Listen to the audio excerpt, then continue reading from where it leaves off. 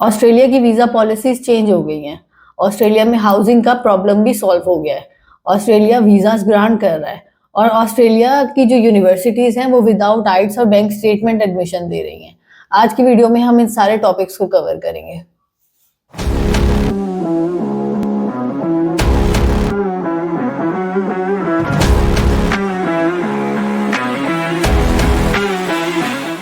अस्सलाम वालेकुम students, my name is Atika Gill and I am the CEO of AGS consultant. आज की वीडियो में हम इन टॉपिक्स को कवर करेंगे कि जिसमें हम बात करेंगे कि स्टूडेंट की तरफ से इंक्वायरीज आ रही है कि मैम ऑस्ट्रेलिया की यूनिवर्सिटीज़ के वीज़ाज लगना शुरू हो गए हैं, ऑस्ट्रेलिया की यूनिवर्सिटीज़ एडमिशन दे रही हैं। बहुत सारी ऐसी यूनिवर्सिटीज़ है जो विदाउट आइट्स और जीटी एडमिशन दे रही हैं, लेकिन ये सब हो क्या रहा है और कैसे हो रहा है इसके बारे में हम फर्दर डिस्कस करेंगे और उसकी जो पॉलिसीज़ हैं उसके ऊपर भी फर्दर थोड़ा सा हम पीछे वाली स्टोरीज पे जाते हैं। उसमें क्या सीन था, पता चला कि जी पहले जीएसटी आना है, जीटी आना है, जीएसटी आना है, ये वाले प्रॉब्लम्स चलते रहे। फिर ये सॉल्व हुए, सॉल्व तो नहीं हुए, एक तरह से उन्होंने वही चीजें दोबारा रिवाइज कर दी। फिर उसके बाद क्या सिनेरियो हुआ कि वो फिर कैपिंग सिस्टम आ गया। कैपिंग सिस्टम के ऊपर फिर एक उनकी नई गवर्नमेंट आ गई, उसने फिर आपस में चीजों को डिस्कस करना शुरू कर दिया। एट दी एंड बना क्या, इमिग्रेशन क्या चेंज हो गई, उसके बाद चीजें चेंज हो गई, कैपिंग सिस्टम ने कुछ चेंज किया। ये सारी चीजें साथ साथ चलती भी आ रही थी, लेकिन हल कहीं पे भी नहीं निकल रहा था। ऑस्ट्रेलिया में क्या हुआ कि अभी जो रिसेंटली अपडेट्स आई उसमें पता चला कि जी अब यूनिवर्सिटीज को कैपिंग सिस्टम अलॉट हुआ और कैपिंग सिस्टम बंद हुआ। फिर उसके बाद वीजा ऑफिसर्स के पास ये वाली बात चली गई कि अब आप लोगों ने देखना है कि किस तरह से किस यूनिवर्सिटीज को कैसे कैसे वीजा ग्रांट करने हैं। ओवरऑल ये एक चलता रहा है, तो बेसिकली अनसर्टेनिटी रही है, अभी भी अनसर्टेनिटी है। किस लिहाज से, जैसे कि मैंने आपको बहुत सारी वीडियोस में ये पहले भी क्लियर कर चुकी हूँ, बार बार स्टूडेंट्स की इंक्वायरी आती है तो हमें ये चीजें डिस्कस करनी पड़ती हैं कि ऑस्ट्रेलिया के वीजा, जहां तक हमें कहीं से भी किसी भी स्टूडेंट का वीजा लगता है तो मतलब कि कोई भी कंसल्टेंट है वो उसको मार्केट करता है। मार्केट करने के बाद स्टूडेंट हमारे पास आ जाता है कि मैम देखिए उस स्टूडेंट का तो वीजा लग गया, या कुछ यूनिवर्सिटीज के वीजाज लग रहे हैं, वो किस तरीके से लग रहे हैं। अब बात आ जाती है कि स्टूडेंट ने, जैसे कि मैंने पहले बड़ी दफा बताया था कि एक हैवी डॉक्यूमेंटेशन रिक्वायर्ड है। अगर तो स्टूडेंट उस सारी डॉक्यूमेंटेशन पे चलता है, उस सारी डॉक्यूमेंटेशन को समझ लेता है और उस डॉक्यूमेंटेशन पे फॉल करता है, तो फिर तो आप ऑस्ट्रेलिया का वीजा फाइल करें। लाइक आपके पास आपका आइट्स अच्छा है, आपके फाइनेंशियल्स अच्छे हैं, आपकी प्रोफाइल अच्छी है, तो आप वीजा फाइल कर सकते हैं, उसमें मसला नहीं है। लेकिन बात क्या है एंड में, कि एंड में हमें इस चीज की गारंटी नहीं है कि वीजा आपका एक्सेप्ट होना है या रिजेक्ट होना है। सारी डॉक्यूमेंटेशन करने के बाद भी आपको वो जो डॉक्यूमेंटेशन है उसकी एक और वीडियो मैंने बनाई है, आप चैनल पे देख सकते हैं कि डॉक्यूमेंटेशन किस तरह की रिक्वायर्ड है। आपकी फाइनेंशियल्स बहुत स्ट्रांग चाहिए, जो आपकी बीच में आ जाती है कि जो आपके बैंक स्टेटमेंट है वो सारी वो चाहिए कि वो किस तरीके से है। स्टूडेंट समझते हैं कि जिस तरीके से 2018, 19, 20 में वीजाज ग्रांट होते रहे, उसी तरीके से अब कोविड से पहले पहले या कोविड के बीच में भी पहले एक साल में जिस तरह से वीजा ग्रांट हुआ, अभी भी वैसे ग्रांट होने, तो वैसा नहीं है। 10 एप्लीकेशंस फाइल होती हैं, अगर उसमें से 3 का वीजा लग जाता है तो उसको हम वीजा लगना नहीं कहते हैं, उसको हम यही कहेंगे कि अच्छा ठीक है, मतलब कि ये 100 में से एक बच्चा चला गया या 100 में से 10 बच्चे चले गए, तो वो मार्केट को चेंज होना नहीं कहते हैं। ऑस्ट्रेलिया के भी प्रॉब्लम्स रहेंगे अगले कुछ सालों तक या 1 साल तक, हम अभी नहीं देख रहे ऑस्ट्रेलिया को स्टेबल होते हुए। रीजन क्या है, अगेन उनको पॉलिसीज उनकी खुद भी नहीं समझ आ रही हैं, वो आए दिन उनकी वो प्रॉब्लम्स आती हैं, पॉलिसीज चेंज होती हैं, गवर्नमेंट कुछ करती है, इमिग्रेशन के एंड पे कुछ होता है, उनके अपने जाती मसाइल बहुत ज्यादा है।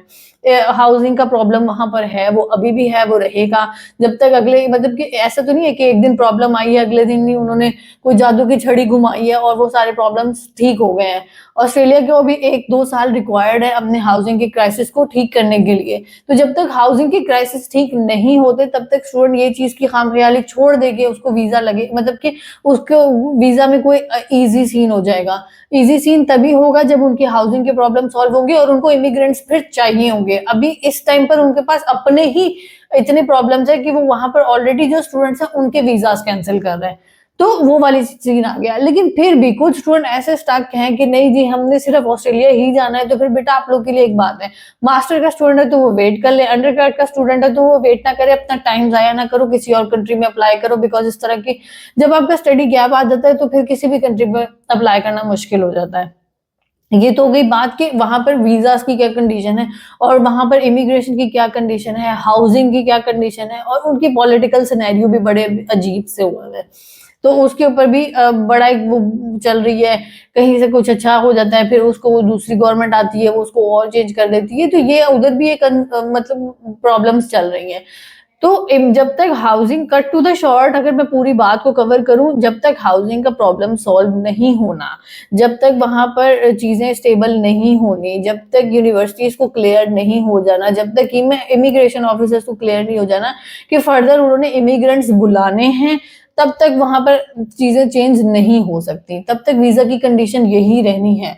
अब आ जाती है बात उन स्टूडेंट्स के ऊपर जो कहते हैं कि मैम हमने तो वो वाले स्टूडेंट का देखा था उसका वीजा लग गया, या मेरा एक दोस्त था उसका वीजा लग गया, या कुछ यूनिवर्सिटीज हैं जो विदाउट आइट्स और जीटी आपको एक्सेप्ट कर रही है, उनकी क्या कंडीशन है।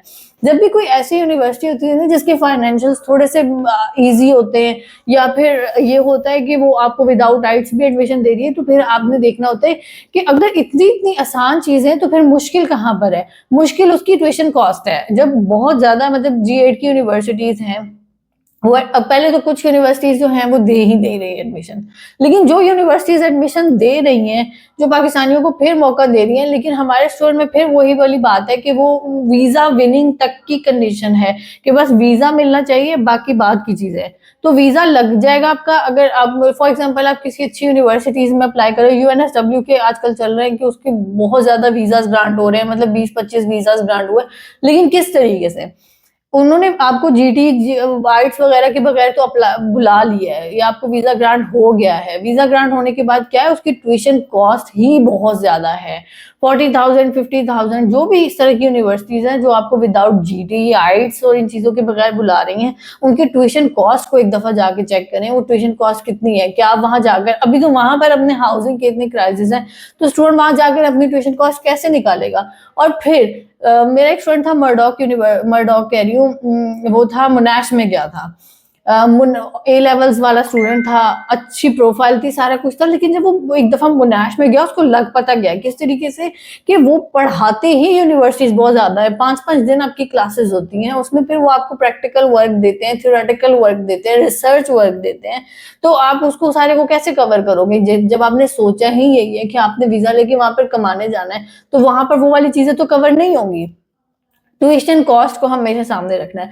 अब ये जो चले गए स्टूडेंट, जो कि 20-25 स्टूडेंट थे जिनको वीजा ग्रांट हुआ है, वो वहां पे चले गए, उनसे जाकर जब अपनी फीस नहीं निकलनी, यूनिवर्सिटी ने फिर यही देखना है कि इतना स्टूडेंट आया और बीच में से क्या रह गए, कुछ भी नहीं रह गए।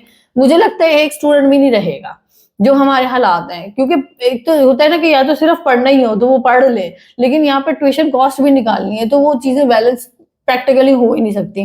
तो जब वो नहीं होंगी, आगे वो यूनिवर्सिटीज ने भी हाथ खड़े कर लेने कि भाई हमें नहीं, इस तरह के स्टूडेंट हमें नहीं चाहिए। ऑब्वियसली वो अपना जो है वो खराब नहीं करेंगे सीओई।